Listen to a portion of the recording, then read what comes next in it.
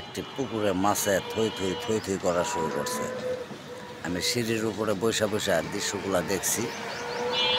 আর এই যে রইতেছে পুরা পুকুরের দৃশ্যটা, মাছ খেলে থই থই থই থই করে, অতিরিক্ত মাছ।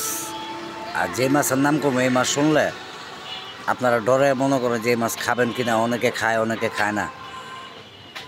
ওই যে অস্ট্রেলিয়ান মাগুর বলে না, এই অস্ট্রেলিয়ান মাগুর মাছ।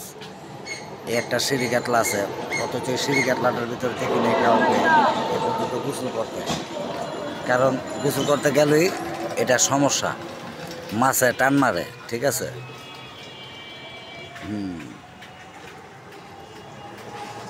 যাদের মাছ ধরার অভ্যাস আছে আয়সা পড়বেন, খালি মাগুর মাছ ধরে নিয়ে যাবেন। আমার নাম বলবেন, আমার নাম বললেই দিয়ে দিবে। হ্যাঁ, পুকুরের মালিকে দিয়ে দিব, আমার নামটা বললেই। কত মাছ ধরতে পারেন ধরেন দেখি, ধরে আপনারা দিয়ে কী করেন।